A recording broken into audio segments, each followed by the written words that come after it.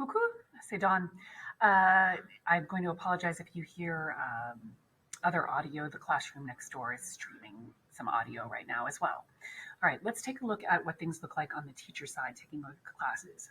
These are my classes for school. I cannot show you this because of that student data and names, but this is a demo class that I ran with some teachers who came to the demo. So I'll open that up. Okay, these are some assignments that I made. Let's take a look and see. We had some people do this one. So I can, should be able to, oh, that's expired. Okay, well, let me see here. Should be able to go over here and look at my data. So these were my students. It shows how long and what their total points are. And then I can go to the assignment data. So I want to see the data from, I think it was this one. Okay, and then I can see how much they completed, what they got correct out of what they did, how much time was spent, then their overall percentage, how many resets they did, etc. If I want to see individual data, I'll click on myself here. Okay, I can click on this and it'll show me each individual task, how I did on that, so I can get that kind of detailed data there on how people did. Okay, so that's what I can see. Competitions are, you can set those up so that you can have students do something gamified, or I set them up so that students could just generally review on their own. So if I want to set a competition, okay, I'm going to say new competition, and let's say I wanted to go into premium. Premium resources, then I'll go to Language Gym, and I'll go to, oh, there's intermediate now. Oh, all right, well, let's go to Language Gym, and we'll do beginner, right? And let's say that I want them to review, talking about clothes, right? And then I can say they can have access to everything, or I can go in and say what I want them to focus on, so you can choose that. If I were letting students generally review, I might say everything, but you can choose what they want. And then you can put notes. So I could say, practice this for assessment. And then here, you need to be cautious about the time that you sent. So you can say how many, if you were going to do it as a game in class, you could do 5 minutes, 10 minutes, etc. However long you want people to go if you want to do that, or if you wanted them to be able to review. So let's say their assessment is next week. So I would set it for Friday the 14th of May, okay, and then whatever time I want it to end. Make sure you're aware of that so it doesn't time out before class, etc. And then start competition. And then when the students go in, okay, they would go to the competition and see.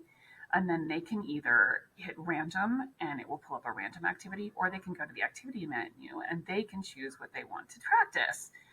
So I've given this to students to review before an assessment, and they found it really helpful. I think a lot of them were using the random, and they were doing it that way.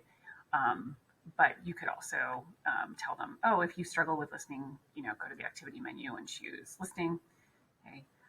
There's paragraph level practice here because this was one of the premium resources. If you wanted them to target certain skills, you could assign them certain skills that they were only there. But this is perfect for both gaming and class as a group, and also if you want to give them access to things to generally review with. This could be there. You could set up the expectation, I'm expecting you to put in 10 minutes, 20 minutes, whatever. Of revising before your assessment. So that's how the competitions work. And then there's a leaderboard that would show how people are doing. As far as that goes, they always have access to the sentence builder when they're working. So they can do that. And I've told students, hey, you could open that up in another tab. Okay, so you can keep it open if you don't want to flip back and forth. You have that there. So that's how the competitions work. And again, all of your data, okay, you'll be able to see. So that's going to show me, and then I'll show the data. No scores yet. Okay, and then your assignment data is here, and then your individual student data is here, and you can take a look at what they've done there. So that's kind of the teacher end of it. As far as reliability goes and ease of login, it was pretty easy to set things up. The students had no issue on their end. Um, Creating a class, here you name the class, you have to pick the subject. So if you teach different languages, you'll have to have separate classes. If you taught exploratory where you're teaching different languages, I'm not sure how you would do that. That might be something you want to check with Martin Lapworth about. But if I were creating a class, then I would go in and then I would type in the student's name. It generates codes. They do not need an email. So if you're someplace where students are not allowed to use their emails to do things, or they don't have emails yet, they do not need a student email. It is not email generated. You put in their names and you get a login code and password for them to sign in. If you have students that are in a building and you have a building, multiple teachers are using this. Once they have a login code, then they can be added into different classes. They don't have to have separate logins.